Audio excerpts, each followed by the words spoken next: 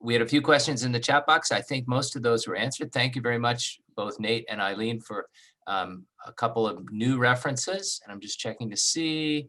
Yeah, watching it, I realized there have been so many advances just even in the 2 years since we made that video that we'll have to update it with all the stuff from the review paper.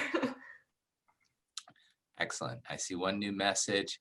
A question from Yoto Behura. Is there any work on finding full polar and azimuthal location of sources from DAS? Oh, yeah. So I think that this is asking about doing sort of source mechanism inversion. And I think there has been some work in that direction.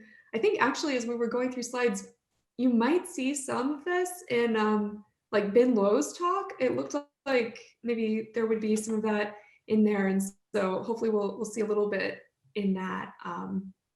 Yeah, as far as getting like just the location or the direction of the source is better. There's also a recent paper this year that came out. I think if I remember right, it's a preprint up on Solid Earth, but Martijn van den Ende, who's in France, and he was working on beamforming with distributed acoustic sensing. There's also been some work at National University of Singapore that was in a 2020 SEG abstract.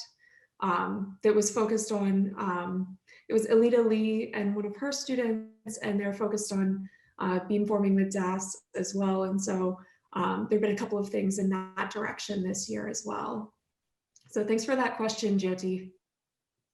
Thank you. And I think Nate just put up the preprint, and I will post the link to the DAS, to the primer video in the chat box in just a second.